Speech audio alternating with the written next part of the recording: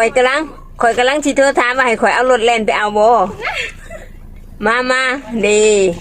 โอ้สัพพละหลายแท้มีแต่ขนมมีถุงเดียว อันเดีโอ้มีแต่ขนมอีเลยผู้บ่าวกรุงเทพมาฮอดแล้วพุ่นน่ะ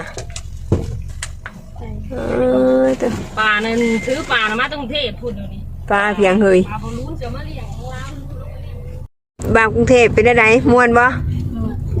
ม่วนไปจักเดือน โอ้ ไป2 เดือนมาหยังจ้ะคือบ่เฮ็ดเวียกเลยเขาโรงเรียน เฮ็ดเวียกหาเงินเลยนะ